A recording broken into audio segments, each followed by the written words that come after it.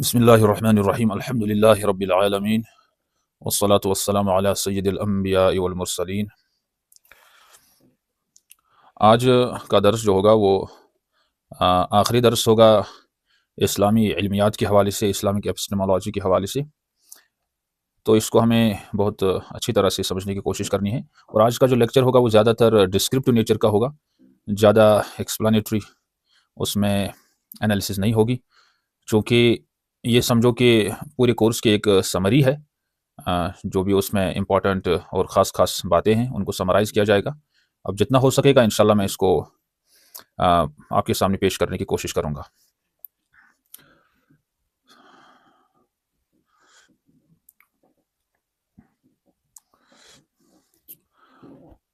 تو جہاں تک اسلامی علمیات کا تعلق ہے، تو اسلامی علمیات محیط ہے تمام ان ٹولز پر، ان ڈیوائسز پر، ان ذرائع پر، ان منابع پر، ان مصادر پر جن سے ہمیں تمام حقائق کی معرفت حاصل ہوتی ہے، چونکہ اس کو ہم ان نظریات المعرفہ بھی کہتے ہیں۔ تو جس سے ہمیں تمام حقائق کی، چاہے وہ حقائق حسی ہوں یا عقلی ہوں، یا ہم کہہ سکتے ہیں طبعیاتی ہوں یا مابعد الطبعیاتی ہوں، تو یا مادی ہوں یا غیر مادی ہوں، جسمانی ہوں یا روحانی ہوں، تو تمام حقائق جو ہیں، تمام ریئلٹیز جو ہیں، ان تمام ریئلٹیز کو جاننے کے لیے ہمارے ہاں اسلام میں، اسلامی فلسفے میں، اسلامی علم کلام میں اور المختصر اسلامی علمیات میں وہ تمام ڈیوائسز، وہ ٹولز، وہ طرق ہمارے پاس ہیں جن سے ہم ان تمام حقائق کو جانتے ہیں اور جان سکتے ہیں۔ اب چونکہ اسلامی علمیات ایک وسیع موضوع ہے، اس میں سے جو آج کا جو ٹاپک ہے نا، اس کا جو ٹائٹل ہے that is the foundational Islamic epistemic model, concept and operation. اس میں سے کچھ اہم مباحث یہاں پر ہم نے سلیکٹ کیے ہیں، جیسے اسلامک ایپسٹمک ماڈل کا انٹروڈکشن، اور پھر جو ہمارے یہاں منابع ہیں علم کے، اور پھر جو یقین کے اعتبار سے کلاسیفیکیشن ہوتی ہے علم کی، اور اس کے بعد ایک درس تو میں نے کچھ پہلے ہی اس کے بارے میں عرض کیا کہ ریسولوشن آف ریزن ریولیشن کانفلکٹس، جس میں ہم ریشنل فیکلٹی ورسس ٹیسٹمنی کے درمیان جو اختلافات، ممکنہ اختلافات ہیں، اور جو اختلافات مقصودہ ہیں اور مطلوبہ ہیں، تو ان کو ہم کس طرح سے حل کرتے ہیں، اور قرآن اور صحیح احادیث کی مثالیں کچھ یہاں پر عرض کی جائیں گی انشاءاللہ ان کو حل کرنے کے لیے۔ اور پھر اصل میں ایک ٹاپک جو رہتا ہے وہ یہ ہے کہ اس میں سے جو ظن عقل اور ظن نقل کے درمیان جو اختلاف ہے اس کو کس طرح سے حل کیا جاتا ہے۔ تو اس کے لیے ایک ٹائٹل یہاں پر سلیکٹ کیا گیا ہے، دیٹ از ترجیح، when both reason and revelation are probable, when both are approximative, and how to resolve the conflict, whether we have to go for tarjih, that is the preference, or ta'wil, that is interpretation, or we have to go for tawaqquf, suspension of the judgment. What we have to do, that depends upon a number of factors, because this is the most debatable case within the four cases of reason revelation conflict. This is the most debatable within the Sunni Islamic creed and Islamic fiqh, and outside the Sunni Islamic fiqh as well, where and how scholars differ. And then I have selected two exemplary scholars, one Ashraf Ali Thanwi rahimahullah, his methodology of resolving this issue, and Imam Ghazali's method of resolving the same issue. And then what about tafsir, sharh hadith, seerat, history? What about these testimonies? What about these sources? Where to contextualize them, where to put them? And then final integrated conclusions. Inshallah, I will try to deliberate on all these very briefly.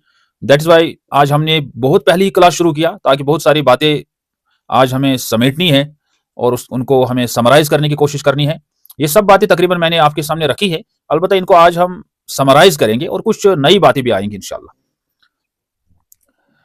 Islamic, جیسا کہ میں نے عرض کیا کہ Islamic epistemology جو ہے، جو نظریات المعرفہ ہے، جو اسلامی علمیات ہے، اسلامی علمیات سے بھی اس کو ترجمہ کر سکتے ہیں، اور پھر علمیات تو معرفت کے ساتھ ہی تعلق رکھتی ہے۔ تو اسلامی علمیات جو ہے اس that recognizes the multiple sources of knowledge, the multiple, that is the منابع اینڈ مصادر آف علم، and Islamic epistemology orders them hierarchically and functionally as well. Islamic epistemology جو ہے، اسلامی علمیات جو ہے، اس میں ہم مختلف جو سورسز آف نالج ہے ان سب کو ایک تو ڈیو کنسیڈریشن دی جاتی ہے, ان کو ریکوگنائز کیا جاتا ہے, ان کو ڈیو ویلیو دیا جاتا ہے, ان کو استعمال کیا جاتا ہے, اور ان کو پھر ہائرارکیل اور فنکشنل آرڈر میں کلاسیفائی کیا جاتا ہے. And in Islamic epistemology, the knowledge is not reduced to empiricism or rationalism alone. That means کہ empiricism میں کیا ہوتا ہے کہ ہم empiricist جو ہوتے ہیں وہ صرف علم کے حاصل کرنے کو صرف سینسز پر مبنی کرتے ہیں, منحصر کرتے ہیں. That is reduction to empiricism. اور کچھ تو صرف عقل پر اس کو منحصر کرتے ہیں. تو اس لیے ہم جو مسلمان جو ہے, سنی مسلمان جو ہے, ہمارے یہاں empiricism کی بھی اپنی حیثیت ہے, یعنی سینسز کی اور عقل کی بھی, اور اس کے ساتھ ساتھ ریولیشن جو ہے اس کی بھی اپنی حیثیت ہے, اس کی بھی اپنی پوزیشن ہے. In Islamic epistemology, knowledge is not just reduced to empiricism, is not reduced to empiricism or rationalism, but it uses empirical evidence as well as rational evidence, and it considers revelation not irrational. It considers revelation not irrational, non-irrational. تو یعنی revelation is rational. It is not against rationality. So instead of this reductionism, Islam affirms a harmonized epistemic pluralism. Harmonized epistemic ilmiyati pluralism governed by certainty, probability and methodological discipline. تو ہمارے یہاں ہم ان کو classify کرتے ہیں certain proofs میں, probable proofs میں, اور ہمارے یہاں منہجیاتی ایک ادب ہے, ایک طریقہ ہے, ایک ڈسپلن ہے, ایک آرڈر ہے, ایک کوہیرنس ہے, ایک نظام ہے, اور اس نظام کے تحت ہم ان کو کلاسیفائی کرتے ہیں, آرڈر کرتے ہیں, ہائرارکیل آرڈر میں یا فنکشنل آرڈر میں. تو اس کے لیے ہمیں ایک کور پرنسپل یاد رکھنا ہے, خصوصاً جو ہمارے اصول ہیں یا عقائد ہیں, تو اس میں یہ اس کی بڑی اہمیت ہے. It is considered as, it is called as the fundamental or the core epistemic principle. That what is it?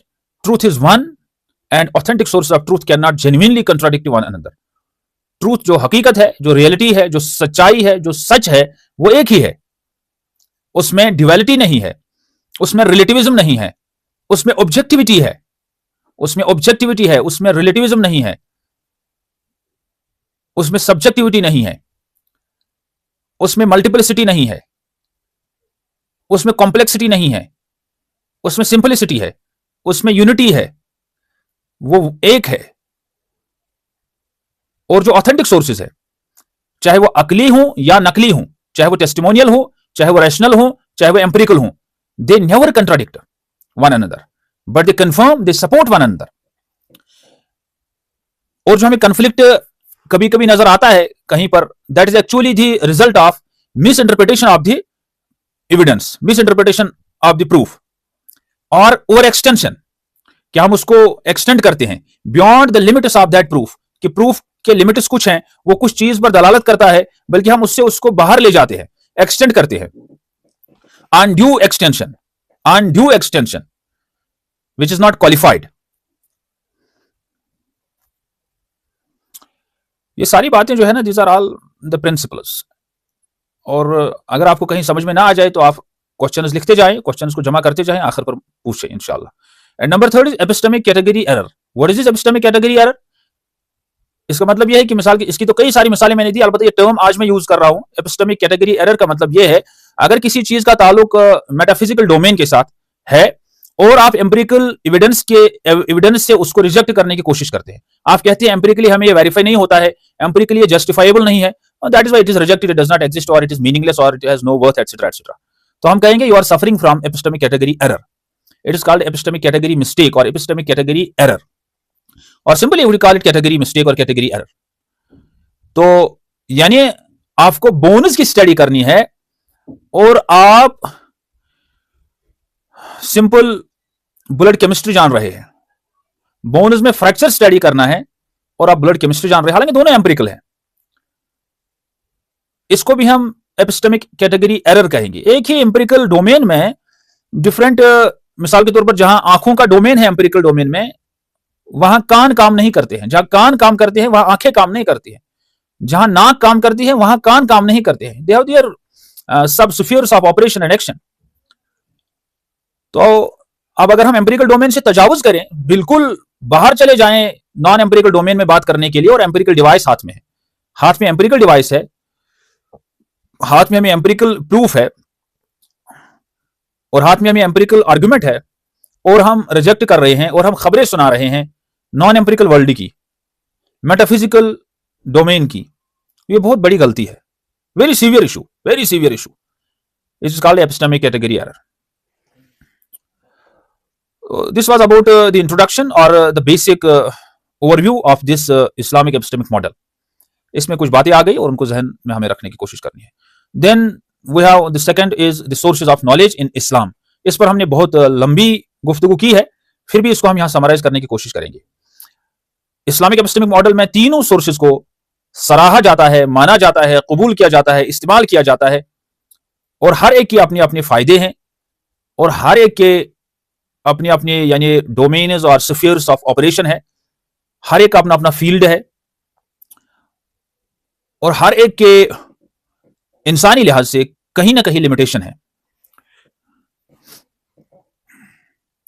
خاص کر جو ایمپیریکل جو سورسز ہیں، سینس پرسپشن ہے جس کو ہم حس کہتے ہیں، یا جو ریزن یا ریشنل فیکلٹی جس کو عقل کہتے ہیں، اس میں غلطیاں ہونے کا بڑا امکان ہے اور غلطیاں ہو جاتی ہیں. تو ٹیسٹیمنی میں جو ریولیشن ہے وہ اس غلطی سے پاک ہے، وہ اس غلطی سے منزہ ہے، وہ ان حدود سے بھی پاک ہے، ان لمیٹیشن سے بھی منزہ ہے. That can guide us in all the walks of life. If Allah reveals everything we need, then we have no need of reliance on our own senses or own rational faculty independently. Remember this, independently. مگر اللہ نے revelation وہیں پر ہمیں دی ہے جہاں پر ہماری آنکھیں already تو اس نے دی تھی، ہمیں جو سینسز آلریڈی دیے تھے، تو ریولیشن ان چیزوں کے بارے میں دی جن کی ہمیں ضرورت تھی، یقیناً جو یقیناً ہمیں بہت ہی مقصود اور مطلوب اور ضروری ہمارے لیے تھی.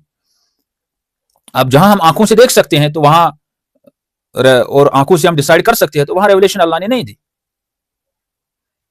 مگر ریولیشن انسان کے اعتبار سے اس میں بھی لمیٹیشن ہے.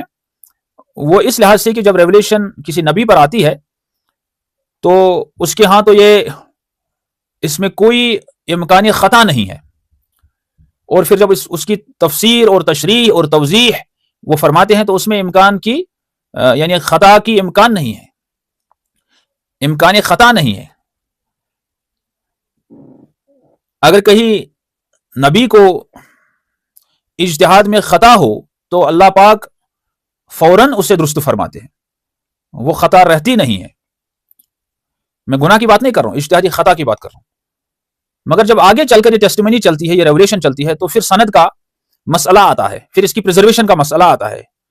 تو اس پریزرویشن میں پھر کچھ پرابلمز ہو جاتی ہیں. جیسے ہمارے یہاں اسلامک ٹیسٹیمنی میں قرآن جو ہے قطعی ثبوت ہے، ایبسلیوٹلی اوتھینٹک اس کا پروف ہے، اور اسی طرح سے احادیث کا ایک مجموعہ قطعی ثبوت ہے، اور احادیث کا ایک بڑا حصہ ظنی ثبوت ہے، پروبیبلسٹک ہے اوتھینٹسٹی میں، یعنی سند کے اعتبار سے.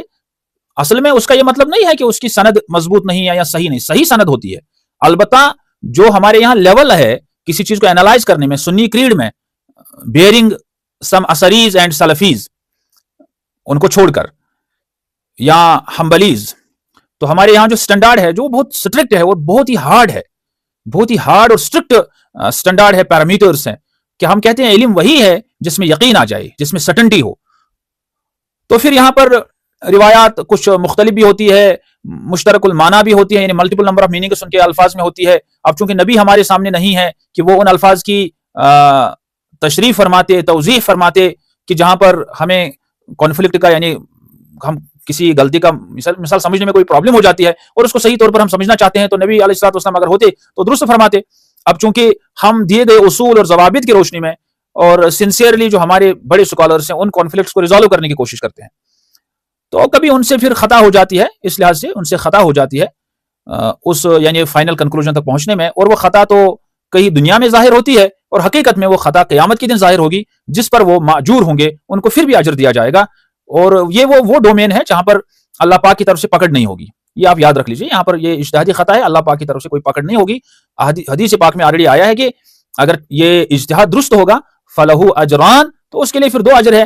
تو اگر خطا ہوگی اللہ کے عند اللہ یہ غلط ثابت ہوگا تو فلہ اجرن، تو تب بھی ایک اجر اس کو ملے گا، چونکہ اس نے اسلامی اصول کو سمجھا تھا، ان اصول کی بنیاد پر، قرآن کی بنیاد پر، مضبوط دلائل کی بنیاد پر، اپنی ایکسپرٹیز کی بنیاد پر سنسیئرلی، ٹھیک ہے، ٹروتھفلی، آنیسٹلی اس کو سمجھنے کی کوشش کی اور اس کو حل کرنے کی کوشش کی، تاکہ انسانیت اور امت مسلمہ کے مسائل کا حل پیش کیا جائے، ان کو ٹھیک کیا جائے، درست کیا جائے۔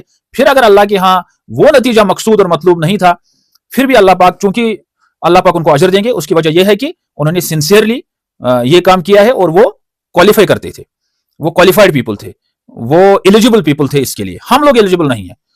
میں تھوڑی اس کی ایک گہرائی میں چلا گیا، چونکہ میری زبان سے ایک بات نکل گئی کہ ٹیسٹیمنی میں بھی ایک لمیٹیشن ہے، تو وہ اس لحاظ سے ہے۔ تو یہاں پر ٹیسٹیمنی میں ایک لمیٹیشن آ جاتی ہے، یہ صرف کچھ مسائل کے ڈومین سے تعلق رکھتا ہے یہ مسئلہ، کریڈ کے ساتھ اس کا، یعنی عقیدے کے ساتھ اس کا تعلق نہیں ہے۔ ہمارے یہاں جو بیسک فنڈامنٹل جو بیس ہے عقیدے کی، وہ متواتر ریولیشن سے ثابت ہے، ایدر قرآن یا حدیث میں سے اس حصے سے جو متواتر ہے۔ خیر، تھوڑا سا ہم دور چلے گئے، ہم واپس آتے ہیں۔ ہمارے پاس اب 3 سورسز آف نالج ہیں، جیسے سینس پرسپشن ہے، ریشنل فیکلٹی ہے، اور ٹیسٹیمنی یا ریولیشن ہے۔ تو سینس پرسپشن، جیسا کہ آپ جانتے ہیں، it provides us information about the empirical world, about the physical world, about the material world, and it is limited to the observables and what is repeatable, what can be experimented, what can be measured physically. اور اس کے ذریعے سے ہم meta physical realities کو سمجھ نہیں سکتے ہیں، یہ اس کی لمیٹیشن ہے۔ اور اس کے ذریعے سے ہم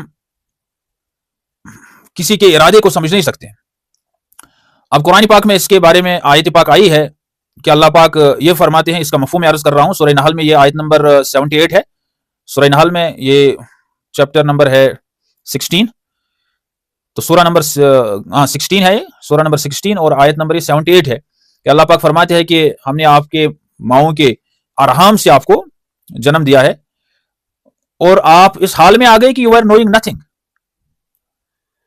اینڈ اللہ پاک gave you hearing, sight and hearts. Allah پاک نے آپ کو السمع والبصر اینڈ فؤاد، السمع والبصر والفؤاد، اللہ پاک نے آپ کو سننے کی اور دیکھنے کی اور ادراک کرنے کی صلاحیتیں دی ہیں۔ یعنی انسان ایمپیریکل نالج نہیں رکھتا ہے، بالکل جاہل پیدا ہوتا ہے، اس لحاظ سے اس کے پاس کوئی ایمپیریکل نالج نہیں ہوتی ہے۔ تو وہ دنیا میں آ کے اللہ پاک اس کے ساتھ یہ ایمپیریکل ٹولز دیتا ہے، جن کے ذریعے سے ایمپیریکل ڈیوائسز دیتا ہے، ایمپیریکل فیکلٹیز دیتا ہے، پرسپچول فیکلٹیز دیتا ہے، جن کے ذریعے سے انسان پھر دنیا میں بہت ساری چیزوں کا علم حاصل کرتا ہے۔ اللہ پاک نے اس کو دل دیا ہے، ریشنل ہارٹ دیا ہے۔ ایک تو فزیکل ہارٹ ہے جو آرگن ہے، بایولوجیکل آرگن، اور ایک ریشنل ہارٹ ہے جو اس کے ساتھ کنیکٹڈ ہے۔ اسی ریشنل ہارٹ سے ہم سمجھتے ہیں، وہی کانشیسنس کا، انٹلیکٹ کا سینٹر ہے، بادشاہ ہے، مرکز ہے۔ اس کے بعد دوسرا سورس جو ہے دیٹ از ریشنل فیکلٹی، عقل۔ اب اس کے ذریعے سے ہم وی ایبسٹریکٹ، وی یونیورسلز، جیسے آنیسٹی ہے، جسٹس ہے، انجسٹس ہے، ٹروتھفلنس ہے، وغیرہ وغیرہ، یا میتھمیٹیکل، چاہے وہ میتھمیٹیکل یونیورسلز ہوں یا وہ مینٹل یونیورسلز ہوں یا فزیکل یونیورسلز ہوں، جیسے ریڈنس، ٹھیک ہے، وغیرہ وغیرہ، بہت ساری یونیورسلز ہیں جن کو ہم کلیات کہتے ہیں۔ کلیات، لاجک میں کلیات، جیسے ہم کہیں گے، اگر ہم کہیں گے فار ایگزامپل جسٹس، تو یہ جسٹس پھر دنیا کے ہر ایک انسان کے ساتھ تعلق رکھتی ہے، اس سے ہم ہر ایک انسان کو تول سکتے ہیں۔ ریڈ، تو یہ ریڈ کلر مکان کا بھی ہوگا، سیب کا بھی ہوگا، گاڑی کا بھی ہوگا، کسی بہت ساری چیزوں کا ہوگا۔ تو کلیات وہ ہوتی ہیں کہ جو بہت ساری چیزوں پر فٹ ہوتی ہے یکساں طور پر۔ اینڈ ریشنل فیکلٹی کے ذریعے سے ہم نیسیسری ٹروتھس کو بھی اسٹیبلش کرتے ہیں، which are free from non-contradiction، یعنی which are free from contradiction and which are based on causality، یعنی جس میں cause and effect ریلیشن شپ ہوتی ہے، پیور causality جس کو ہم کہتے ہیں۔ اینڈ اس کے ذریعے سے ہم کوہیرنس اور امپاسبلٹی کو بھی چیک کرتے ہیں، اور اپنے جو ہماری ججمنٹ ہوتی ہے وہ کوہیرنٹ ہوتی ہے، اور that is free from contradictions. And اس کے ذریعے سے ہم امپاسبل کو بھی سمجھتے ہیں، اگرچہ کہ امپاسبل ایگزسٹ نہیں کرتا ہے، بٹ اس کے ذریعے سے ہم امپاسبل کو بھی سمجھتے ہیں۔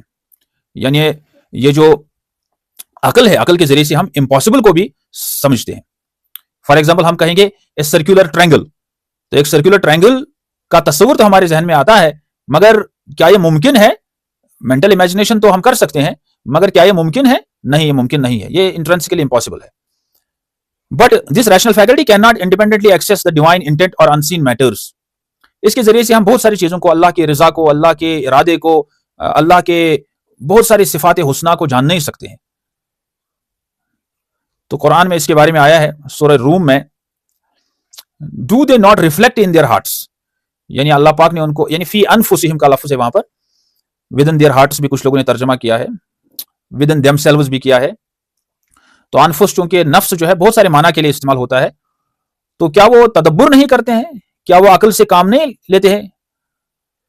اولم یتفکروا, do they not reflect within their hearts اور ود ان دیم سیلوز. تو یہاں پر ہمیں دل کا, کانشیسنس کا, عقل کے استعمال کا یعنی اس کے بارے میں بتایا گیا ہے قرآن میں, اور اس طرح کی بہت ساری آیات ہیں. دین ریولیشن جس کو ہم وحی بھی کہتے ہیں, دس انفارمیشن اور this knowledge is from an infallible source, that is Allah. اب اس کا جو سورس ہے وہ تو انفالبل ہے, تو اس لیے یہ انفارمیشن جو ہے, جو ہمیں علم ٹیسٹیمنی سے, وحی سے حاصل ہوتا ہے, this is the final and ultimate source of knowledge. مگر ہماری طرف جب اس کی نسبت ہوتی ہے تو پھر اس میں یعنی ہمارے اعتبار سے پھر یہ کہیں ضعیف ہو جاتی ہے, کہیں پھر من گڑت کا فتویٰ لگتا ہے, کہیں پھر وغیرہ وغیرہ الگ الگ فتویٰ لگتے ہیں. ٹھیک ہے, حسن, صحیح, ضعیف, مرسل وغیرہ, وہ ہماری نسبت کے اعتبار سے. And it covers the areas of metaphysics, ethics, law, unseen realities. This is epistemically, علمیاتی طور پر, this is a supreme source of information when it is authentic. چونکہ اب ہمارا تعلق چونکہ ہماری نسبت سے ہے, ہم جو اس علم حاصل کریں گے کسی انسان سے ہی حاصل کریں گے, تو اس لیے ہمیں اس کی آتھینٹسٹی چیک کرنی ہے. مگر جب نبی کے سامنے صحابہ تھے تو تب یہ کوشچن ہی نہیں تھا, چونکہ نبی علیہ السلام سامنے تھے. تو نبی علیہ السلام آتھینٹک سورس ہے, اتھارٹی ہے, وہ خود اپنے زبان مبارک سے فرماتے تھے اور تشریح بھی فرماتے تھے, الفاظ و کلمات بھی فرماتے تھے. تو وہاں تو ایسا مسئلہ ہی نہیں تھا. تو مگر ہمارے یہاں اب اس کو بھی انالائز کیا جاتا ہے.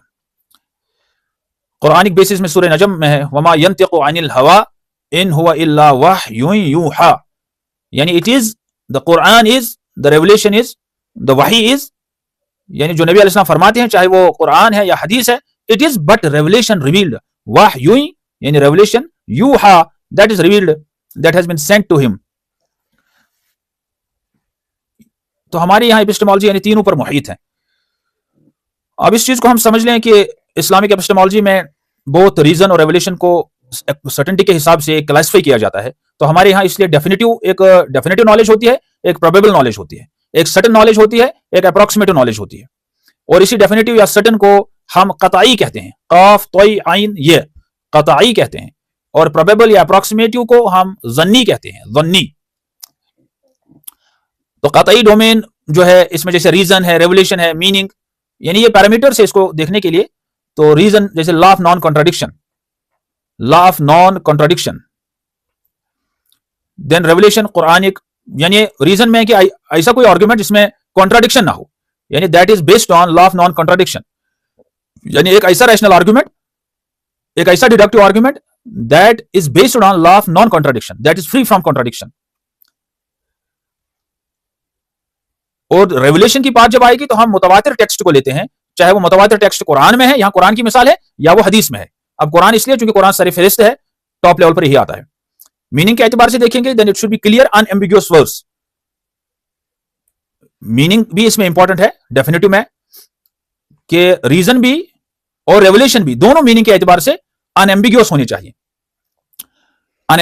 چاہیے, کلیئر ہونے چاہیے, تبھی یہ آرگومنٹ جو ہے یا نالج جو ہے ڈیفینیٹو بنے گی. اگر آتھینٹسٹی کے حساب سے کوئی چیز سند کے اعتبار سے ڈیفینیٹو ہے, قطعی ثبوت اس کو ہم کہتے ہیں, قطعی ثبوت, یعنی آتھینٹسٹی کے حساب سے وہ ایبسلوٹ ہے, ڈیفینیٹو ہے, مگر معنی کے اعتبار سے وہ ڈیفینیٹو نہیں ہے, تو اس کو ہم پھر ظنی ثبوت کہتے ہیں, پروبیبلسٹک ان میننگ. تو یہاں پر میننگ کلیئر ہونا چاہیے, صریح ہونا چاہیے, صریح کلیئر کا معنی صریح, ان ایمبیگیوس ہونا چاہیے. ظنی میں, ظنی میں کیا آتے ہیں ریزن کے حساب سے, جو سائنسدانوں کی تحقیقات ہیں, سائنٹیفک تھیریز ہیں, ماڈلز ہیں, فلسفیکل ماڈلز ہیں, یہ سارے کے سارے ظنیات میں آتے ہیں. دین ریولیشن میں احادیث جو ہیں وہ اخبار احاد, جیسے حدیث صحیح ہے, حدیث ضعیف ہے, حدیث مرسل ہے, حدیث حسن ہے, سوائے متواتر کے, وہ سب پھر اس میں آتے ہیں. یا حدیث مشہور یا حدیث عزیز اور غریب جو ہم نے پڑھ لیا, وہ بھی اس میں آتے ہیں. اور میننگ اگر ان میں ایمبیگیوس ہے, اگر قرآن کی آیت بھی ہوگی یا وہ متواتر حدیث بھی ہوگا جو آتھینٹسٹی کے حساب سے تو ڈیفینیٹو ہے، مگر معنی کے اعتبار سے، میننگ کے اعتبار سے اگر اس میں ایمبیگیوٹی ہے تو اس کو ہم ظنی الدلالہ کہتے ہیں، پروبیبلسٹک ان میننگ یا پروبیبلسٹک ان سگنیفیکیشن کہتے ہیں. تو وہ پھر ظنی میں آتا ہے without any debate mostly in the among the Sunni Muslims. Maybe some جیسے ہمارے یہاں سلفیز جو اپنے آپ کو سلفی کہتے ہیں، اہل الحدیث میں کچھ اسکالرس اور اسی طرح سے کچھ کیا مطلب اکثر، اور اس طرح سے اثری کچھ، اور کہیں اکا دکا باقی میں بھی جو اس کے ساتھ یعنی کسی حد تک اختلاف رکھتے ہیں. تو یہ والا ماڈل، یہ this is the fourth this section of this presentation, the 4 reason revelation configuration. جو 4 کیسز ہم نے پڑھ لیے کہ ابھی ہمارے پاس جو ہے نالج جو ہے، آرگومنٹ جو ہیں وہ قطعی ہوں گے یا ظنی ہوں گے. اب قطعی عقلی ہوں گے، قطعی نقلی ہوں گے، ظنی عقلی ہوں گے، ظنی نقلی ہوں گے. اب چونکہ 4 بن گئے، ان کے 4 کیسز بھی بن جاتے ہیں. جیسے عقل بھی قطعی ہے، قطعی ریزن اینڈ قطعی ریولیشن، یعنی ڈیفینیٹو ریزن، ڈیفینیٹو ریولیشن. یہ 2 چیزیں کبھی کنٹراڈکٹ نہیں کریں گی. جیسا کہ میں نے عرض کیا، first case they will never contradict, چونکہ ریشنل نیسیسٹی آف کازیلٹی. چونکہ ایک جیسے کسی جگہ مثال کسی نے کسی کو تھپڑ مارا تو اس کو تو تکلیف ہوگی ہی، اس کو تکلیف ہوگی، چاہے کم چاہے زیادہ، کچھ نہ کچھ اثر تو پڑے گا. یہ تو کاز اینڈ ایفیکٹ ہے. تو اس میں ریشنل نیسیسٹی ہوتی ہے، ریشنل نیسیسٹی آف کازیلٹی. چونکہ کازیلٹی ایک بیسک پرنسپل ہے میٹا فزکس کا، یا ایون ایمپیریکل جو سائنس ہے جیسے فزکس ہے، اس میں بھی کازیلٹی ایک مین پرنسپل ہے جس پر یہ بیسڈ ہے، cause and effect relationship. تو قرآن میں اس کی ایگزامپل ہم دیتے ہیں، Allah is a creator of all things, Allah خالق کل شیء. تو دونوں یہاں پر ہمیں یعنی ٹیسٹمنی اور جو ریزن عقل ہے، دونوں یہاں پر ایک ہی پوائنٹ پر ایک ہی کنکلوژن تک پہنچتے ہیں، نہ کہ یہ کہ دونوں آپس میں کنٹراڈکٹ کریں. جو اس کی کوئی ایگزامپل ریئل ورلڈ میں کوئی دے نہیں سکتا ہے کہ قطعی عقل اور قطعی نقل آپس میں کنٹراڈکٹ کریں. They mutually confirm. Then second case is کہ قطعی ریزن اینڈ ظنی ریولیشن. اس کے بارے میں ہم نے عرض کیا کہ اس صورت میں ریولیشن کو انٹرپریٹ کیا جاتا ہے، یعنی اس کی تعویل کی جاتی ہے، یعنی ریولیشن کی تعویل کی جاتی ہے. جیسے اللہ از ناٹ اے باڈی، یہ عقل سے ہم سمجھتے ہیں اللہ جسم نہیں ہے، اللہ جسم سے پاک ہے. مگر اللہ کریٹڈ آدم، یہ حدیث میں آیا ہے، اللہ created Adam in his image. If Allah is free from body corporeality, then how he، اب یہ کہ اس کا کیا مطلب ہے پھر؟ He created Adam in his image. So it is interpreted metaphorically, figuratively or contextually. This method is used by Imam Ghazali, Asharis and Maturidis. امام غزالی خود اشعری تھے، اس لیے آپ پریشان نہ ہو جائے، بٹ اب چونکہ ایک بڑی فگر ہے اس کا نام الگ ہے. The third case is ظنی ریزن ورسس قطعی ریولیشن. تو اس صورت میں ریزن کو ہم کریکٹ کرنے کی کوشش کرتے ہیں اور اس کو ریجیکٹ کرتے ہیں. جیسے فلسفیوں کا کہنا تھا کہ یہ کائنات جو ہے یہ اٹرنل ہے، اٹرنیٹی آف دا ورلڈ. یہ ان کا ایک پروبیبل آرگومنٹ تھا، میٹافزیکل آرگومنٹ تھا. مگر قرآن یہ کہتا ہے کہ Allah is the originator of the heavens and the earth. Allah چونکہ آسمان و زمین کا باری ہے، فاتر ہے، کریٹر ہے، خالق ہے، تو اس سے یہ سمجھ میں آتا ہے کہ کائنات جو ہے، زمین و آسمان جو ہے، یہ اٹرنل نہیں ہے، یہ ازل سے نہیں ہے، ان کی کہیں بگننگ ہوئی ہے، کب ہوئی ہے اس کے ساتھ ہمیں کوئی تعلق نہیں ہے. تو اس صورت میں جو فلاسفیکل اسپیکولیشن تھی یہ ریجیکٹ ہوتی ہے. Then fourth case is most troublesome, most debatable. یہیں پر سارا ڈیبیٹ فقہ میں سارا ڈیبیٹ اسی پر ہے، یعنی 99% ڈیبیٹ تو اسی ایک کیٹیگری میں ہے. اگر ریزن بھی ظنی ہو اور یعنی وہی بھی ظنی ہو تو پھر یہاں پر ترجیح، precedence, preference, weighing is required. اور ترجیح کے لیے مرجح کا ہونا ضروری ہے، وہ سبب ہونا چاہیے جس کی بنیاد پر ہم کسی چیز کی ترجیح دیں. This is the most disputed and sensitive case. اور اس کو حل کرنے کے لیے ترجیح when both reason and revelation are probable. اب یہاں پر ترجیح اسکالرز کس طرح دیتے ہیں، اس کے لیے بہت سارے وہ کرائٹیریا دیکھتے ہیں. مثال کے طور پر کرائٹیریا آف پریفرنس جو ہے اسٹرینتھ آف ٹرانسمیشن دیکھتے ہیں کہ سند میں کس چیز کی سند مضبوط ہے، یا حدیث جو آیا ہے جو ریولیشن ہے اس میں سند کتنی مضبوط ہے، اور جو عقل سے ہمیں جو بات سمجھ میں آتی ہے اس میں کس طرح کی لیول ہے عقلی طور پر. وہ کتنے یعنی فیلسیز سے فری ہیں.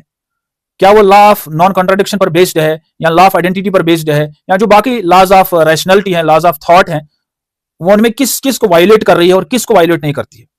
اب چونکہ یہ بہت ہی ایک مثال کے طور پر یہ میں سرفیشل لیول پر آپ کو عرض کر رہا ہوں, یہ بہت ہی ڈیپر لیول ٹاپک ہے. اگر اس پر مثال کے طور پر کھنگالنے بیٹھے تو اس میں مجھے لگتا ہے کہ ہفتے لگ جائیں گے اس کو سمجھنے کے لیے. مگر کچھ چیزیں تو مجھے لگتا ہے کہ 99% چیزیں تو میں نے اس میں سے آلریڈی ایکسپلین کی ہے. Then another factor is they see the linguistic clarity, کہ جو آیات آئی ہیں یا جو حدیث آیا ہے تو اس میں لینگویج کے جو اصول ہے ان کو اپلائی کیا جاتا ہے کہ یہ حدیث یا آیت جو ہے اس میں جو معنی جو ہے وہ کتنا ایکسپلسٹ ہے, اس میں کس لیول کی ایمبیگیوٹی ہے. اب چونکہ ایمبیگیوٹی کے بھی لیولز ہیں, جیسے مقطعات سب سے زیادہ موسٹ ایمبیگیوس ہیں ٹو دا ہیومن بینگس. مقطعات, حروف مقطعات, they are the most ambiguous. The top level ambiguous جو وہی ہے وہ مقطعات ہیں, الحروف المقطعات. اور اس کے بعد پھر یہ گریڈنگ ہوتی ہے اور اس کے کچھ 4-5 گریڈز آتے ہیں, بلکہ اس سے بھی آگے اس کی گریڈنگ ہو سکتی ہے کلیئرٹی کے حساب سے. اب یہ اصول فقہ میں یہ بحث ہوتی ہے, مجمل, خفی وغیرہ, مشکل, متشابہ, اور پھر متشابہ کی بھی کئی قسمیں ہیں, جیسے مقطعات اس میں ٹاپ لیول پر ہے. پھر قرآنی کوریبوریشن, کہ قرآن کے ساتھ یہ کتنا میل کھاتا ہے, قرآن کے کسی معنی کے خلاف تو نہیں ہے, قرآن کے کسی اصول کے خلاف تو نہیں ہے, قرآن کی کسی آیت کے خلاف تو نہیں ہے, قرآن کی کسی سٹیٹمنٹ کے خلاف تو نہیں ہے. اس کے ساتھ اس کو چیک کیا جاتا ہے. یہ دیکھا جاتا ہے کہ اہل علم کا جو سکالرز ہیں, جو ٹاپ لیول سکالرز ہیں, ان کا اس پر کیا کہنا ہے, ان کا اجماع کیا ہے. یعنی جو امت کا, اہل صحابہ کا, تابعین کا, تبع تابعین کا, ان کی کانسنسس اگر اس پر ہوئی ہے کسی معنی پر, مثال کے طور پر کسی حدیث کے کئی معنی ہے اور ان میں سے کسی ایک معنی کو انہوں نے طے کیا ہے, یا کچھ کانفلکٹنگ روایات ہیں ان میں سے کسی ایک معنی کو انہوں نے طے کیا ہے, تو کانسنسس سے وہ حل ہوا, تو اب کانسنسس کی وجہ سے یہ بات قطعی ہو جاتی ہے, تو پھر اس کو پریفرنس دی جاتی ہے. تو اسی طرح سے ریشنل کوہیرنس, کہ جو ریشنل آرگومنٹ ہے یا جو ٹیسٹیمونیل آرگومنٹ ہے, اس میں کتنی کوہیرنس ہے, انٹرنل کنسسٹنسی کتنی ہے.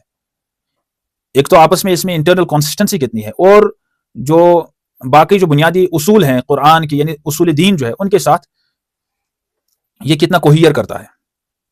اور پھر ایک اس میں فیکٹر یہ بھی ہے کہ ایویڈنس آف تھیولوجیکل ڈینجر, کہ کچھ اہل علم پھر احتیاط کے پہلو کو مد نظر رکھتے ہیں. احتیاط, اور احتیاط کا معنی ان کے یہاں یہ ہے کہ وہ ریولیشن کو پریفرنس دیتے ہیں. اگر دونوں ظنی ہیں تو پھر اس کو ریولیشن کو پریفرنس دیتے ہیں. وہ یہ کہتے ہیں کہ یہ آگے آئے گا کہ چونکہ ریولیشن اللہ کی طرف سے ہے, اگرچہ کہ یہ ظنی ہے پھر بھی اللہ کی طرف سے ہے, اور ریشنلٹی جو انسان کی طرف سے ہے, تو یعنی وہ اس کو یعنی ریشنل کنکلوژن جو ہے نا وہ انسان کی طرف سے ہے. بنیادی ریشنلٹی تو جو عقل ہے وہ اللہ کی طرف سے ہی ہے, مگر پھر انسان جو اس پر غور و فکر کرتا ہے اور نتیجہ اخذ کرتا ہے وہ پھر انسان کا کسب ہوتا ہے, انسان کا عمل ہوتا ہے. اور بنیادی طور پر عقل جو اللہ کی طرف سے ہے, مگر انسان پھر عقل کا جب استعمال کرتا ہے اور وہاں سے کنکلوژنز اور ججمنٹس دیتا ہے, تو وہ انسان کی اپنے وہ اس کا کسب ہوتا ہے, اس کا اکتساب ہوتا ہے, وہ اس کی اپنی مینوفیکچرنگ اور اختراع ہوتی ہے. تو یہ کچھ اسباب ہیں, یہ کچھ بنیادی وہ فیکٹرز ہیں جن کی بنیاد پر پھر سکالرز ترجیح دیتے ہیں کسی ایک چیز کو. ان کی بنیاد پر مثال اگر اسٹرینگتھ آف ٹرانسمیشن یعنی سند مضبوط, بہت مضبوط ہے, تو پھر اس کو پریفرنس دی جاتی ہے. لنگوسٹک کلیئرٹی ہے, ایمبیگوٹی بہت کم ہے, تو یا قرآن کے ساتھ کوریبوریٹ کرتا ہے, اجماع اس کو سپورٹ کرتا ہے, ریشنلی کوہیر ہے, یا پھر احتیاط کی بنیاد پر, یعنی دونوں ظنی ہے, برابر درجے کے ہیں, مگر احتیاط کی بنیاد پر پھر سکالرز اس کو, جیسے اشرف علی تھانوی رحمہ اللہ کا طریقہ ہے کہ احتیاط کی بنیاد پر پھر اس کو اسی کو ترجیح دیتے ہیں. اور اسی طرح سے سلفی بھی, اہل الحدیث حضرات بھی, وہ بھی اسی, اگرچہ کہ یہ لفظ شاید وہ استعمال نہیں کرتے ہیں, مگر وہ بھی اسی کو ترجیح دیتے ہیں. اسی طرح سے ابن تیمیہ رحمہ اللہ, اگرچہ کہ وہ الفاظ الگ استعمال کرتے ہیں, وہ بھی اسی کو ترجیح دیتے ہیں. اور جو اثری ہیں ان میں سے بھی ایک یعنی خاص, ان میں کچھ یعنی ایک طبقہ اسی کو ترجیح دیتا ہے. اور ادھر ادھر تو ایک دکا سکالرز تو باقی بھی, but majority of the Sunni Muslims do not use it, وہ اس کو استعمال نہیں کرتے ہیں. یعنی ایویڈنس آف تھیولوجیکل ڈینجر جو ہے, احتیاط کا جو یہ والا پہلو ہے, اس کو استعمال نہیں کرتے, خصوصاً جو ٹاپ لیول سکالرز ہیں. Where and how scholars differ. اب یہ جو سکالرز ہیں, جو مجتہدون ہیں, یہ کہاں اور کیوں ڈیفر ہوتے ہیں؟ اب اس میں سنی اسلام میں, سنی مسلمانوں میں یہ دو گروپس ہیں. معتزلہ تو معتزلہ ہے مگر وہ اس سے باہر ہیں, ان کی بات ہم نہیں کریں گے. کرامیہ, معتزلہ, خارجیہ وغیرہ تو ان کا الگ نظریہ ہے. معتزلہ چونکہ ریشنلسٹ تھے, وہ تو عقل کو ہی بنیاد سمجھتے تھے, وہ وحی کو عقل سے کنفرم کرتے تھے, وہ وحی کو عقل کے تابع رکھتے تھے, اور ڈیسائیڈنگ ڈیوائس وہ عقل کو, انسانی عقل کو بناتے تھے. یعنی عقل کے پیمانے پر وہی جو آیت اترے گی, جو معنی اترے گا, اسی معنی کو قبول کرتے تھے. تو وہ بہت زیادہ تعویل کرتے تھے, بہت زیادہ تعویل کرتے تھے. اور وہ اس طرح سے تعویل کرنا ہمارے یہاں سنی اسلام میں ممنوع ہے، منع کیا گیا ہے، پروہیبٹڈ ہے. ہمارے یہاں تعویل کی اجازت صرف وہاں ہے جہاں مجبوری ہے، جہاں ایکسٹریم مجبوری ہے. Otherwise we go for the literal meanings. جہاں ایکسٹریم مجبوری ہے، ایک پرابلم ارائز ہو گئی تو اس کو ریزالو کیا جائے، یعنی ریزالو کرنے کے لیے تعویل کی جاتی ہے. اور وہ تعویل جو کی جاتی ہے وہ تعویل درجے ظن میں کی جاتی ہے، وہ درجہ یقین میں نہیں کی جاتی. یعنی جو معنی وہاں لیا جاتا ہے وہ یہ سمجھ کر لیا جاتا ہے کہ یہ معنی جو ہے یہ فائنل نہیں ہے، یہ ہماری سمجھ میں آ گیا مگر یہ فائنل نہیں ہے، الٹیمیٹ نہیں ہے. یہ جو کیا کہتے ہیں ان کو معتزلہ تھے، یہ جو معنی لیتے تھے وہ اس کو فائنل سمجھتے تھے، الٹیمیٹ سمجھتے تھے، وہ اس کو ڈیفینیٹو سمجھتے تھے. اور ہم اس کو پروبیبل ہی سمجھتے ہیں، پھر بھی تعویل کر کے بھی اس کو پروبیبل ہی سمجھتے ہیں.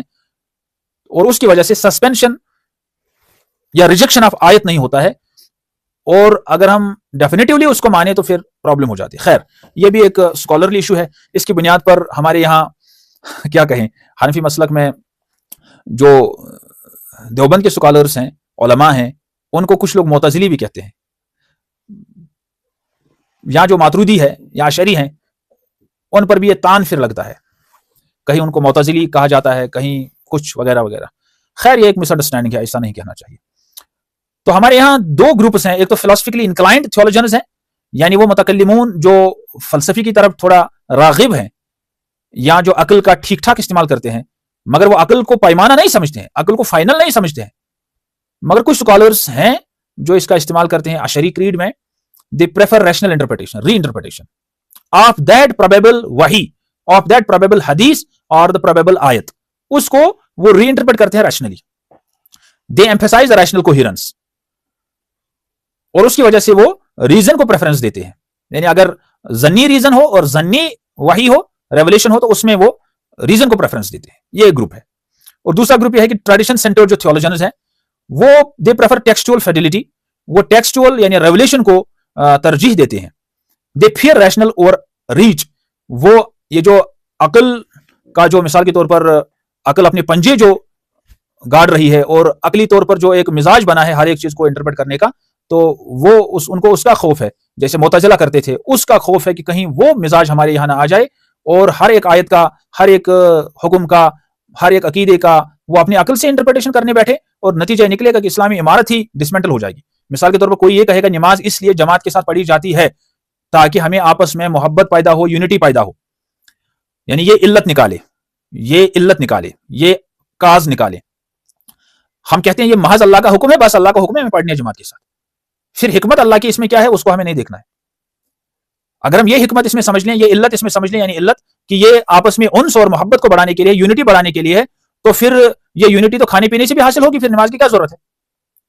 یہ یونٹی تو ہالز میں، مارکیٹس میں اور کمیونٹی سینٹرز میں مل کے بھی حاصل ہو سکتی ہے. تو پھر یہ ڈینجر ہے، یہ خطرہ ہے، یعنی ریزن ڈی ایٹری ڈھونڈنے کا. تھانوی صاحب نے بھی اس کے بہت وارن کیا ہے، اور ہمارے یہاں سنی مسلمانوں میں، سنی سکالرز میں جو ٹاپ لیول سکالرز سے، they have warned it. اب جو حدیث اورینٹڈ سکالرز ہیں، یعنی ٹریڈیشن اورینٹڈ سینٹرڈ جو ہیں، they prefer the revelation. The difference is methodological. یہ صرف میتھڈ کی ڈیفرنس ہے کہ وہ الگ میتھڈالوجی استعمال کرتے ہیں یا الگ میتھڈالوجی استعمال کرتے ہیں. تو اس کی بنیاد پر ہم کسی پر کوئی کفر کا وغیرہ کوئی فتویٰ نہیں دے سکتے. اللہ تعالیٰ حفاظت فرمائے. یہاں ہم تھانوی صاحب کا نظریہ دیکھتے ہیں کہ تھانوی صاحب he has used a precautionary method to give precedence to the revelation. یعنی جب دونوں ریزن اور ریولیشن ظنی ہوں تو ریولیشن کو ہمیں پریسیڈنس دینی ہے because of epistemic humility, not because of reason is invalid, not because the reason is invalid. Reason does not hold water, or reason is not acceptable, or reason is not usable, or reason is bogus. ایسا کچھ بھی نہیں. Reason کی اپنی utility ہے، اپنی validity ہے، اپنی افادیت ہے، اس کو استعمال کرنا چاہیے. مگر یہاں پر چونکہ دونوں ایک ہی یعنی لیول پر ہے، اگر دونوں ایک لیول پر ہیں، یعنی ترجیح ہم نہ دے سکے، اگر ترجیح دینے کا کوئی اور سبب، واضح سبب نہیں ہے، تو پھر تھانوی صاحب نے بھی یہ کہا کہ ہمیں پھر بھی ریولیشن کو ہی، یعنی ریولیشن پر ہی عمل کرنی چاہیے، چونکہ ریزن جو ہے وہ فالبل ہے اور ریولیشن جو ہے that originates from an infallible source. اور اس میں کریڈ کے لیے اٹ از سیفر، یہ سیفر ہے یعنی اسی یعنی ریولیشن پر عمل کرنا. And it also avoids the philosophical and rational excesses. یہ پریکاشنری ترجیح ہے، not absolute textualism. This is precautionary. But Imam Ghazali اس کے مخالف ہیں، ان کا الگ طریقہ ہے. امام غزالی کی میتھڈ سے ہم اس کو کمپیئر کر سکتے ہیں. امام غزالی رحمہ اللہ کا بالکل طریقہ اس کے مخالف ہے, ان کا یہ طریقہ نہیں ہے, اور میجارٹی اسکالرز کا یہ طریقہ نہیں ہے. یعنی جب ہمیں ایک تو ہے کہ ہمیں سبب ہے واضح, کوئی سبب جو فیکٹرز میں نے عرض کیے واضح سبب ترجیح کا ہے کوئی, کہ اس کی بنیاد پر ہم ترجیح دے سکتے ہیں, وہ تو الگ مسئلہ ہے, پھر تو ترجیح لگ جائے گی. مگر اگر ترجیح دینے کا کوئی سبب نہیں ہے, بالکل دونوں دلیلیں ایک ہی ترازو میں کھڑی ہو گئی, ایک ہی لیول پر آ گئی, دونوں سیم لیول کی پروبیبل ہیں, تو پھر کیا کیا جائے؟ اس میں پھر کچھ ریزن کو ترجیح دیتے ہیں, ریزن کو پریفرنس دیتے ہیں, کچھ ریولیشن کو پریفرنس دیتے ہیں, ریولیشن کو پریفرنس دینے والے جیسے تھانوی صاحب ہیں, اور کچھ اس میں کانٹیکسچوئل بیلنسنگ کرتے ہیں. تو ریزن کو ترجیح دینے والے کچھ اشعری ہیں, اور ریولیشن کو ترجیح دینے والے کچھ یعنی کچھ ٹریڈیشن سینٹرڈ لوگ ہیں, اور کچھ ان کو بیلنس کرنے کی کوشش کرتے ہیں تاکہ دونوں پر عمل ہو جائے. وہ امام غزالی ہیں, اور ماتریدی ہیں, اور اکثر اشعری ہیں. جیسے اگر ہم ویو آف ریزن کے بارے میں دیکھیں, غزالی صاحب فرماتے تھے یہ نیسیسری ہے مگر اس کا یوز جو ہے وہ لمیٹڈ ہے. تھانوی صاحب کے ہاں بھی یہ نیسیسری ہے مگر اس کا یوز رسکی ہے. یوز آف تعویل, انٹرپریٹیشن ان دا وحی, حدیث اور قرآن پرمیٹڈ وین نیڈڈ. امام غزالی کے یہاں یہ پرمیٹڈ ہے, الاؤڈ ہے جہاں ضرورت ہو, اور اشرف علی تھانوی رحمہ اللہ کے یہاں مینیمائزڈ, یعنی تعویل بہت کم ہونی چاہیے. اب جب پریارٹی ان زنی کنفلکٹ میں کیا ہے, امام غزالی کے یہاں کانٹیکسچوئل بیلنسنگ, یعنی کانٹیکسٹ کو دیکھا جائے گا, اس کو بیلنس کیا جائے گا, کہ جہاں پر جو ہم جنرل رول یہ نہ بنائی کہ ہم ریزن کو پریفرنس دیں, ہم یہاں ریولیشن کو پریفرنس دیں, بلکہ ہم کانٹیکسٹ دیکھیں گے کہ یہ ریزن یعنی ریزن ریولیشن کنفلکٹ جو ہے ظنیات میں, مظنونات میں, کیا یہ عقیدے میں ہے, کیا یہ فقہ میں ہے, کیا یہ معاملات میں ہے, کیا یہ معاشرت میں ہے, کیا یہ عبادات میں ہے, کیا یہ اخلاقیات میں ہے, کس شعبے میں ہے, دین کے کس مسئلے میں ہے. تو ان سب چیزوں کو سامنے رکھ کر ہم بیلنس کرنے کی کوشش کریں گے. تو الگ الگ چیزوں میں الگ الگ پھر ان کی یعنی ترجیحات رہیں گی. مگر تھانوی صاحب کے یہاں ریولیشن کو ہی فرسٹ پریفرنس ہے. ایپسٹمک کنسرن یعنی علمیاتی جو کنسرن ہے, امام غزالی کے یہاں فلاسفیکل کوہیرنس یعنی جو ریشنل کوہیرنس ہے اس پر فوکس ہے, اور تھانوی صاحب کے یہاں اسپرچول اینڈ کریڈل سیفٹی یعنی عقیدے کی حفاظت, creedal safety, not to take the risk. اب اس میں مین فیئر کیا ہے؟ مین فیئر جو امام غزالی کہتے ہیں کہ اگر ہم ریولیشن کو پریفرنس دیں گے تو یہ اینٹی انٹلیکچوئلزم ہوگا, اینٹی انٹلیکچوئلزم ہوگا. اور تھانوی صاحب فرماتے ہیں ریشنل ایروگنس ہے, یعنی اگر ہم ریشنل کو پریفرنس دیں گے. تھانوی صاحب inherits Ghazali's framework but applies it with greater epistemic caution due to modern philosophical confusion. تو ہم تو آخری سلائیڈ پر پہنچ گئے, اور مجھے لگتا ہے کہ آج یہیں پر ختم کریں گے. آگے اور بھی بہت کچھ ہے مگر جس میں بھی the last but one slide, اور اس کے بعد کنکلوژن انشاءاللہ. اب مسئلہ یہ ہے کہ اگر ہمارے پاس ایک تو ابھی ہم بات کر رہے تھے قرآن کی آیت پر یا حدیث پر, اب مسئلہ یہ ہے کہ اگر تفسیر میں کوئی بات لکھی ہے, مثال قرآن کی کوئی تفسیر ہے, امام قرطبی نے تفسیر قرطبی لکھی ہے, اور تفسیر میں انہوں نے تشریحات میں بہت ساری باتیں لکھی ہیں جو نہ قرآن ہے اور نہ حدیث ہے, یا حدیث کی شرح میں شارحین حدیث نے شرح لکھی ہے, یا سیرت کی کتابیں ہیں, سیرت کی کتابوں میں بہت ساری باتیں آئی ہیں وہ نہ قرآن میں ہے نہ حدیث میں ہے, اور تاریخ کی کتابوں میں بہت ساری باتیں ہیں وہ جو نہ قرآن میں ہے نہ حدیث میں ہے. تو ان کے ساتھ کیا کیا جائے, اس کو کس بیگ میں ہم ڈالیں؟ کیا تفسیر میں کوئی بات لکھی ہے, کیا اس کو قرآن کے خلاف پیش کیا جائے گا؟ کیا شرح حدیث میں حدیث کی شرح میں کوئی بات لکھی ہوئی, کیا اس کو کسی حدیث پر اور یعنی پریسیڈنس ملے گی, وہ اس کو اوور رائڈ کر سکتا ہے؟ یا سیرت کی کسی کتاب میں کوئی بات لکھی ہے, کیا وہ قرآن کی کسی آیت کے خلاف پیش کر سکتے ہیں, اس کے ہم پلہ ہے یا حدیث کے ہم پلہ ہے؟ یا تاریخ میں کوئی بات لکھی ہے, کیا وہ حدیث کے ہم پلہ ہے یا قرآن کے ہم پلہ ہے؟ کیا مسئلہ ہے ان میں؟ کیا وہ ڈیفینیٹو ہے, کیا وہ پروبیبل ہے؟ اس کو کہاں پر ڈالیں گے ہم؟ جو حدیث کے ساتھ تعلق کیا جاتا ہے, جو حدیث کو جیسے انالائز کیا جاتا ہے, اسی طرح سے تفسیری اقوال اور شرح حدیث اور سیرت اور تاریخ کو دیکھا جاتا ہے. یعنی اگر تفسیری کوئی قول, کوئی حدیث کی شرح, کوئی سیرت کی بات, کوئی تاریخ کی بات قرآن کے قطعی الدلالہ بات کے خلاف ہے, یا حدیث کے ظنی الدلالہ کے بات کے خلاف بھی ہے, پہلے تو قطعی الدلالہ کے خلاف ہے. پہلے یہ دیکھا جائے گا, سوری کہ میں یہ بولنا بھول گیا, سب سے پہلے یہ دیکھا جائے گا کہ اس کی سند کیا ہے. یعنی اگر کوئی تفسیری قول ہے, کیا وہ پہلے ثابت بھی ہے یا نہیں ہے, یا کوئی حدیث کی کوئی شرح ہے, کیا وہ ثابت ہے یا نہیں ہے, یعنی اس کی سند ہے سچ میں یا نہیں ہے.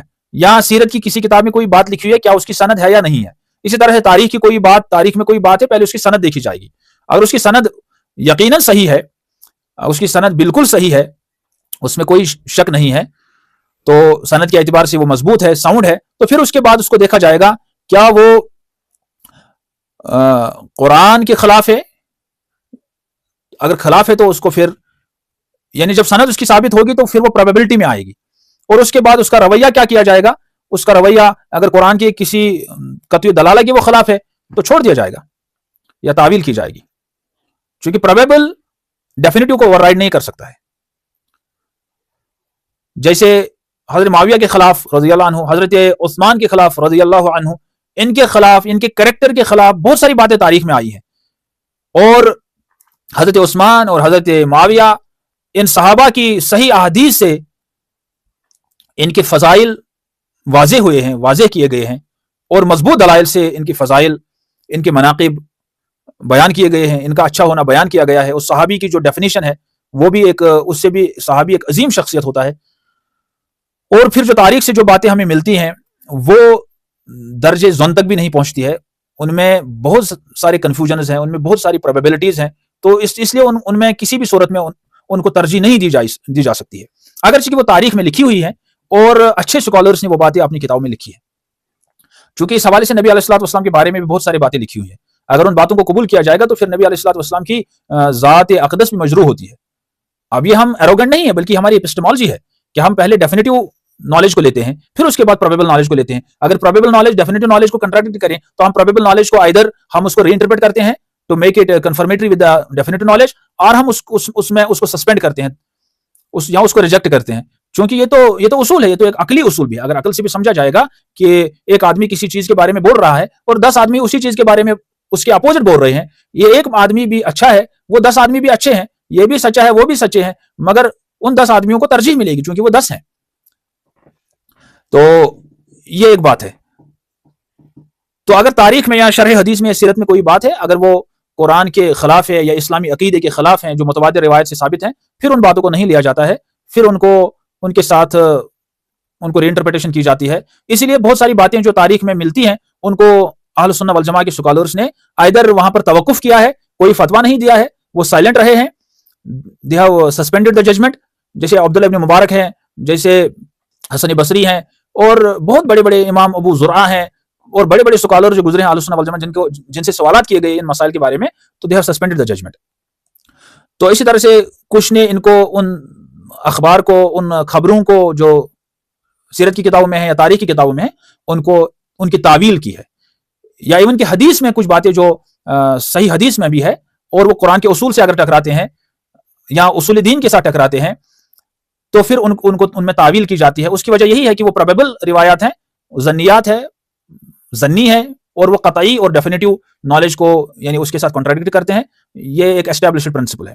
یہ نہ کہا جائے گا کہ یہ حدیث صحیح ہے, یہ تاریخ تبری میں بات لکھی ہوئی ہے, یا یہ ابن جریر نے یہ بات کوٹ کی ہے, یا یہ فلاں نے بات کوٹ کی ہے. ٹھیک ہے کہ ابن کثیر نے لکھی ہے, ٹھیک ہے ابن کثیر خود ایک اوتھینٹک سکالر ہے, مگر اس کی کتابوں میں ہر ایک بات اوتھینٹک نہیں ہے, بلکہ تفسیر ابن کثیر میں بھی ہر ایک بات اوتھینٹک نہیں ہے. دیر آر لاٹ آف اسرائیلیات, یعنی اسرائیلیات جن کو ہم علم تفسیر میں ان باتوں کو کہتے ہیں جو یعنی جیوش اور کرسچن لٹریچر پر مبنی ہے, وہ باتیں آ گئی ہیں تو کسی ذریعے سے. تو ابن کثیر تو اس میں تو بہت ساری باتیں وہ ہیں, دو کہ تفسیر ابن کثیر is one of the best تفسیر. اور اگر تفسیر بالماسور میں جس میں احادیث کی بنیاد پر قرآن کو تفسیر کیا گیا ہے تو ٹاپ لیول پر ابن کثیر ہے. بٹ اس کا یہ مطلب ہے کہ اس میں کوئی کمزور بات نہیں ہے یا کوئی غلط بات نہیں ہے, that is full of that. اب چونکہ جو اینالائز کرنے والے ہوتے ہیں اسی لیے پھر تخریج ہوتی ہے, اور جو جانتے ہیں ان کو پتا ہے کہ پھر تخریج کیا چیز ہے, اس میں پھر اس کی سارٹنگ اور سفٹنگ ہوتی ہے, انالیسز ہوتی ہیں. بلکہ آج جو ماڈرن تفاسیر ہیں, ماڈرن کا مطلب کہ جو لگ بھگ 20 سینچری میں لکھے گئے, وہ بہت اچھے ہیں پرانے تفاسیر سے, اس لحاظ سے کہ ان میں وہ کمزوریاں نہیں ہیں. ایک تو اسرائیلیات بہت کم ہے یا ہے ہی نہیں, اور ضعیف احادیث اگر ہے تو بہت کم ہے یا ہے ہی نہیں. اور پرانے تفاسیر جو ہیں ان میں ضعیف احادیث کی برمار ہے, من گڑت احادیث کی برمار ہے, من گڑت اقوال کی برمار ہے, اور اسرائیلیات بہت زیادہ ہیں. تو یہ مسئلہ ہے. تو مجھے امید ہے کہ آپ کو یہ بات سمجھ میں آئی ہوگی کہ اگر کوئی تفسیری بات ہو, کوئی شرح حدیث میں کوئی بات ہو, سیرت میں کوئی بات ہو, ہسٹری میں کوئی بات ہو, جیسے حضرت ایوب علیہ السلام کے بارے میں ایک بات فرمائی جاتی ہے, کہی جاتی ہے, خطبہ حضرات کہتے ہیں کہ حضرت ایوب علیہ السلام جب بیمار ہو گئے, اتنے بیمار ہو گئے کہ اس کے جسم پر کیڑے پڑ گئے, نعوذ باللہ, یا اس کو گدھے پر چلائے گئے, نعوذ باللہ. اتنے کیڑے پڑ گئے کہ گھن آتی تھی, لوگوں نے اس کو چھوڑ دیا, ترک کر دیا. یہ بات ہی بالکل غلط ہے. یہ عصمت انبیاء کو اور انبیاء کا معزز اور آنریبل ہونا یہ اس کے خلاف ہے. یہ بالکل نظر سے ہی بات سمجھ میں آتی ہے کہ یہ درست بات نہیں ہے. یہ جو نبی جو ہوتا ہے بہت عیوب سے پاک ہوتا ہے, ایسے عیوب سے پاک ہوتا ہے. نبی جو ہوتا ہے بہت ہی معزز ہوتا ہے, بہت ہی مطہر ہوتا ہے.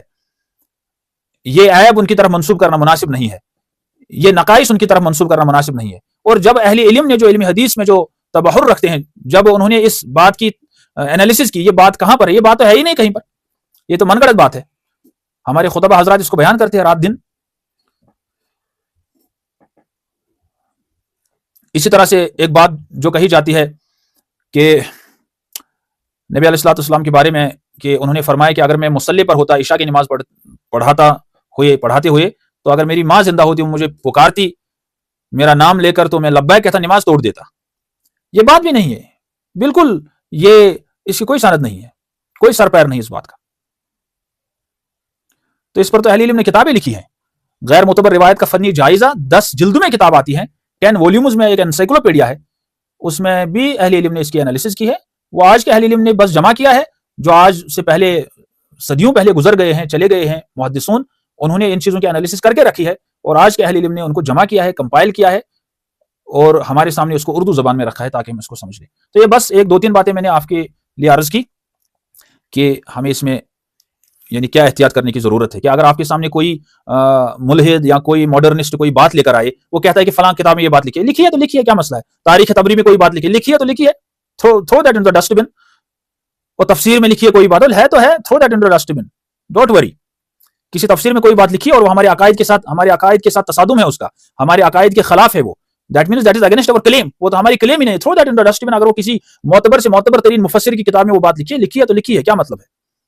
ابن کثیر میں کوئی بات لکھی ہے, تفسیر رازی میں کوئی بات لکھی ہے, ہاں لکھی ہے, کوئی مسئلہ نہیں ہے. سیرت کی کسی کتاب میں کوئی بات لکھی ہے, کوئی مسئلہ نہیں ہے تو ہے. We don't claim it, we don't accept it. تو اس لیے یہ آپ کو تھوڑا سا مجھے لگتا ہے کہ چونکا دینے والی بھی بات ہے کہ یہ تو بہت بالکل ایسوٹیو انداز میں ایسی بات کر رہا ہے, مگر یہ میں نے استاد سے بس یہی سیکھا ہے. جو ہماری کلیم ہی نہیں ہے, کوئی ہمارے منہ میں وہ بات ڈالنے کی کوشش کر رہا ہے, کیوں؟ ہم مانتے نہیں ہیں. اب ان کتابوں میں وہ باتیں کیوں آئی ہیں؟ مسئلہ وہ ہے. اب اس کو کیسے حل کیا جائے گا؟ ہم یہی کہتے ہیں کہ ان سکالرز نے بھی, جیسے تاریخ طبری والے نے لکھا ہے, وہ خود لکھتا ہے میں نے اخبار کو جمع کیا ہے اس تاریخ میں نے ان کو ایویلویٹ نہیں کیا ہے, میں نے ان کو اینالائز نہیں کیا ہے کہ ان میں سے صحیح کون ہے غلط کون ہے. ہم اس کے ذمہ دار نہیں ہیں. اور امام طبری رحمہ اللہ نے خود اپنے آپ کو بچا لیا, اس نے جسٹ جمع کیا ہے چیزوں کو, ایویلویٹ نہیں کیا ہے, اینالائز نہیں کیا ہے. اور اسی طرح سے اگر کسی تفسیر میں کسی جگہ کوئی بات آئی ہے, ٹھیک ہے, اس وقت یہ tools of analysis available in کے پاس نہ تھے, یا کیا مسئلہ ہوا ہے, یا کس صورت میں انہوں نے یہ بات لائی ہے, کیا وہ اس کے قائل بھی ہیں یا جسٹ انہوں نے یہ چیز جمع کی ہے وہاں پر, وہ چیز بھی دیکھی جاتی ہے. اور وہ اہل علم کا کام ہے کہ مثال کسی کتاب میں کوئی بات لکھی ہوتی ہے, یہ ضروری نہیں کہ وہ اہل علم خود اس کے ساتھ اتفاق کرتا ہو. کوئی کسی بات کو جسٹ حکایت کے طور پر بھی لاتا ہے کہ ہاں یہ بات بھی کہی گئی ہے, مگر خود وہ اس بات کی تصدیق کرتا ہے, وہ دوسری بات ہے. تو وہاں پر پورا کانٹیکسٹ دیکھا جاتا ہے کہ اس کتاب میں, اس تفسیر میں, یا اس حدیث کی کتاب میں, شرح حدیث میں یہ بات جو آئی ہے کس طرح سے آئی ہے. Now we will move to the final conclusion. That is, Islam affirms sense, reason, and revelation as genuine sources of knowledge. All epistemic conflicts are resolved through certainty, analysis, not blind preference. We are not blindly giving preference to anything. We analyze these sources of knowledge, the judgments, the arguments, the knowledge on the basis of certainty value, on the basis of probability, on the basis of certainty. قطعی evidence overrides zanni evidence regardless of source. Whether it is قطعی, اگر عقلی قطعی ہے اور ظنی نقلی ہے, then still قطعی evidence always overrides zanni evidence regardless of source.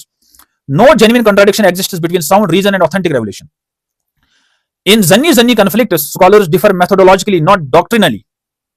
ان میں صرف میتھڈ کا یعنی اختلاف ہے کہ طریقہ اس مسئلے کو حل کرنے کا کیا ہے, نہ یہ کہ وہ ان میں سے کسی ایک کا انکار کرتے ہیں. وہ کسی ایک کا انکار نہیں کرتے ہیں, وہ دونوں کو مانتے ہیں, ریزن کو بھی مانتے ہیں, ریولیشن کو بھی مانتے ہیں. اس کا یہ مطلب نہیں کہ کوئی ریزن کو پریفرنس دے رہا تو اس نے ریولیشن کا انکار کر دیا, وہ یہ تو کفر ہے, کوئی یہ ایلیگیشن لگا دے. نہیں, ایسا نہیں ہے, یہ ان کا ڈاکٹرائن یہ نہیں ہے, بلکہ یہ میتھڈ ہے to resolve this conflict, to resolve this issue. Ashraf Ali Thanvi رحمہ اللہ precedence of revelation is precautionary, context sensitive, and rooted in classical kalam. Imam Ghazali provides the theoretical foundation. Thanvi applies it pastorally in a modern crisis of reason. جہاں پر reason کا زیادہ دبدبا ہے, اور غلط reason کو غلط طریقے سے استعمال کیا جاتا ہے، اور لوگ بہت امیچور ہے، ان کو ریزننگ کا صحیح طریقہ بھی معلوم نہیں ہے، وہ ریزن کے نام پر کہیں ہر ایک بات کو سسپینڈ کرنے کی کوشش نہ کرے. تو اس لیے یہ ایک پریکاشن ہے، یہ ایک احتیاط ہے. Final principle: revelation governs reason, reason serves revelation, and both are unified by truth.